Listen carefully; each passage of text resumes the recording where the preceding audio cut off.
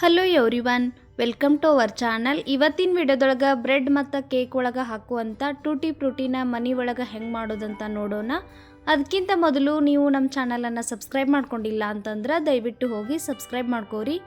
ಬರೀ ಹಂಗಾರ ಈ ಟೂಟಿ ಫ್ರೂಟಿನ ಹೆಂಗೆ ಮಾಡೋದಂತ ನೋಡೋಣ. ಇದನ್ನು ಮಾಡೋಕ್ಕೆ ನಾವಿಲ್ಲಿ ಒಂದು ಪಪ್ಪಾಯ ತೊಗೊಂಡೇವಿ ನೋಡ್ರಿ. ಕಾಯಿ ಇರ್ತೈತಲ್ಲ ಅದನ್ನು ತಗೋರಿ. ಸ್ವಲ್ಪನೂ ಹಣ್ಣಾಗಿರಬಾರ್ದು, ಪೂರ್ತಿಯಾಗಿ ಇದು ಹಸಿ ಇರಬೇಕು. ಈಗ ಇದನ್ನು ಕಟ್ ಮಾಡಿ ತಗೊಳ್ಳೋಣ. ಮೊದಲಿಗೆ ಎಡ್ಜಸ್ಗೆ ಇರುವಂಥ ಎಕ್ಸ್ಟ್ರಾ ಪಪ್ಪಾಯನ್ನ ಕಟ್ ಮಾಡಿ ತೆಗೆದು ಈಗ ಇದ್ರೊಳಗೆ 2 ಭಾಗ ಮಾಡಿ ತಗೋಬೇಕು.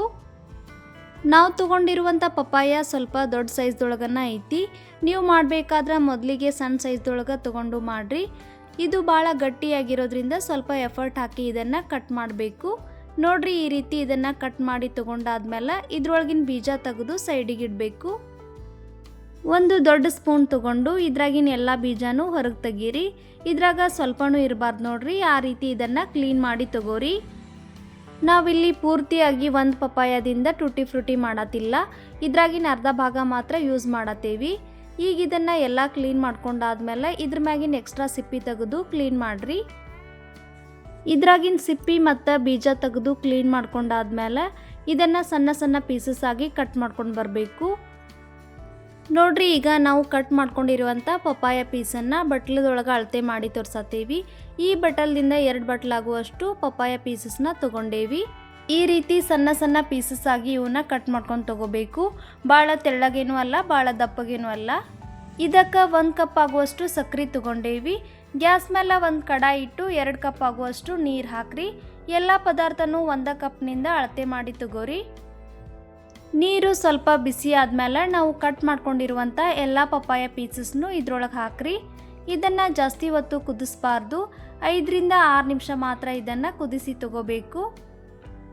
ಈಗ ಇದನ್ನು ಕೆಳಗೆ ಮ್ಯಾಲೆ ಮಾಡಿ ಒಂದು ಸಲ ಚಂದಾಗ ಮಿಕ್ಸ್ ಮಾಡಿಕೊಂಡು ಇದ್ರ ಮೇಲೆ ಒಂದು ಪ್ಲೇಟ್ ಮುಚ್ಚಿ ಇದನ್ನು ಕುದಿಯಕ್ಕೆ ಬಿಡಬೇಕು. 5 ನಿಮಿಷ ಆದಮೇಲೆ ಇದು ಕರೆಕ್ಟಾಗಿ ಕುದಿತಿರ್ತೈತಿ. ನಡುವ ಒಂದು ಸಲ ಚಮಚದಿಂದ ಇದನ್ನು ತಿರ್ಗಿಸ್ಕೊತಾನೆ ಇರಬೇಕು. ಇದು ಜಾಸ್ತಿ ಹೊತ್ತು ಕುದಿಬಾರ್ದು ನೋಡ್ರಿ, ಯಾಕಂದ್ರೆ ನಾವು ನೆಕ್ಸ್ಟ್ ಪ್ರೊಸೀಜರ್ ಒಳಗೂ ಇದನ್ನು ಕುದಿಸ್ಬೇಕು. ಈಗ ಇದನ್ನು ಒಂದು ಸಲ ಚೆಕ್ ಮಾಡ್ಕೊಂಡು ತಗೊಳ್ಳೋಣ. ಇದ್ರಾಗಿನ ಒಂದು ಪೀಸ್ ತೊಗೊಂಡು ಈ ರೀತಿ ಪ್ರೆಸ್ ಮಾಡಿ ನೋಡ್ರಿ. ಇಷ್ಟಾದ್ರೆ ಸಾಕು, ಇದು ಕರೆಕ್ಟ್ ಆಗೈತಿ. ಈಗ ಗ್ಯಾಸ್ ಆಫ್ ಮಾಡಿ ಇದನ್ನು ಬಸ್ದು ಸೈಡಿಗೆ ತೆಗೆದಿಡ್ರಿ. ಇದ್ರಾಗಿನ ನೀರೆಲ್ಲ ಬಸ್ದು ಇದು ಸ್ವಲ್ಪ ತಣ್ಣಗಾಗಕ್ಕೆ ಬಿಡಬೇಕು. ಅಲ್ಲಿವರೆಗೂ ನಾವು ಇದಕ್ಕೆ ಬೇಕಾಗಿರುವಂಥ ಪಾಕ ರೆಡಿ ಮಾಡ್ಕೊಂಡು ತಗೊಳ್ಳೋಣ. ನಾವಿಲ್ಲಿ 1 ಕಪ್ ಆಗುವಷ್ಟು ಸಕ್ಕರೆ ತೊಗೊಂಡೇವಿ. ಅರ್ಧ ಕಪ್ ಅಳತೆಯಿಂದ 1 ಕಪ್ ಆಗುವಷ್ಟು ನೀರು ತೊಗೊಂಡೇವಿ. 1 ಕಪ್ಗಿಂತ ಸ್ವಲ್ಪ ಕಡಿಮೆ ನೀರು ತೊಗೊಂಡ್ರೂ ನಡಿತೈತಿ. ಸಕ್ಕರೆ ಕರಗುವವರೆಗೂ ಇದನ್ನು ಈ ರೀತಿ ಚಂದಾಗ ಮಿಕ್ಸ್ ಮಾಡ್ಕೊಂಡು ತಗೋಬೇಕು. ಗ್ಯಾಸ್ನ ಹೈ ಫ್ಲೇಮ್ ಒಳಗಿಟ್ಟ ಈ ಪ್ರೊಸೀಜರ್ನ ಕಂಟಿನ್ಯೂ ಮಾಡಿರಿ. ಇದ್ರಾಗಿನ ಸಕ್ಕರೆ ಎಲ್ಲ ಕರಗಿ ಇದು ಕರೆಕ್ಟಾಗಿ ಕುದಿ ಬಂದಾದ್ಮೇಲೆ ನಾವು ಮೊದಲಿಗೆ ಕುದಿಸಿಟ್ಟಂಥ ಪಪ್ಪಾಯ ಪೀಸಸ್ನ ಇದ್ರೊಳಗೆ ಹಾಕಬೇಕು. ಇದ್ರಾಗಿನ ನೀರೆಲ್ಲ ಹೋಗಿ ಇದು ಪಾಕದ ಟೆಕ್ಸ್ಚರ್ ಬರಬೇಕು ನೋಡ್ರಿ.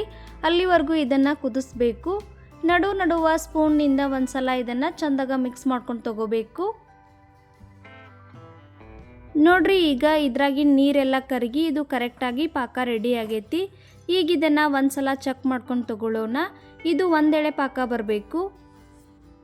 ಇದ್ರಾಗಿನ ಸ್ವಲ್ಪ ಪಾಕ ತಗೊಂಡು ಚೆಕ್ ಮಾಡೋಣ. ನೋಡ್ರಿ, ಇದು ಈಗ ಒಂದೆಳೆ ಪಾಕ ಬಂದೈತಿ, ಅಂದ್ರೆ ಇದು ಕರೆಕ್ಟಾಗಿ ರೆಡಿ ಆಗೈತಿ. ಈಗ ಗ್ಯಾಸ್ ಆಫ್ ಮಾಡಿ ಇದನ್ನು ಕೆಳಗಿಳಿಸಿ ಆರಾಕ್ಬಿಟ್ರೆ ಟೂಟಿ ಫ್ರೂಟಿ ರೆಡಿ ಆಯ್ತು ನೋಡ್ರಿ. ನೀವು ಬೇಕಂದ್ರೆ ಇದ್ರೊಳಗೆ ಕಲರ್ ಕೂಡ ಆ್ಯಡ್ ಮಾಡ್ಬೋದು. ಇದನ್ನು ನಾವು 4 ಕಲರ್ ಒಳಗೆ ಡಿವೈಡ್ ಮಾಡಿ ತೊಗೊಳತ್ತೇವಿ. 4 ಸಣ್ಣ ಪ್ಲೇಟ್ ಒಳಗೆ ಈಕ್ವಲ್ ಕ್ವಾಂಟಿಟಿ ಒಳಗೆ ಈ ಟೂಟಿ ಫ್ರೂಟಿನ ಹಾಕಿ ನಿಮಗಿಷ್ಟ ಇರುವಂಥ ಕಲರ್ ಒಳಗೆ ಇದನ್ನು ನೀವು ರೆಡಿ ಮಾಡ್ಕೊಂಡು ತೊಗೋಬೋದು. ನಾವಿಲ್ಲಿ ರೆಡ್, ಗ್ರೀನ್, ಆರೆಂಜ್ ಮತ್ತು ಲೆಮನ್ ಯೆಲ್ಲೋ ಕಲರ್ ಒಳಗೆ ಇವನ್ನ ಮಿಕ್ಸ್ ಮಾಡ್ಕೊಂಡು ತೊಗೊಳಕತ್ತೀವಿ.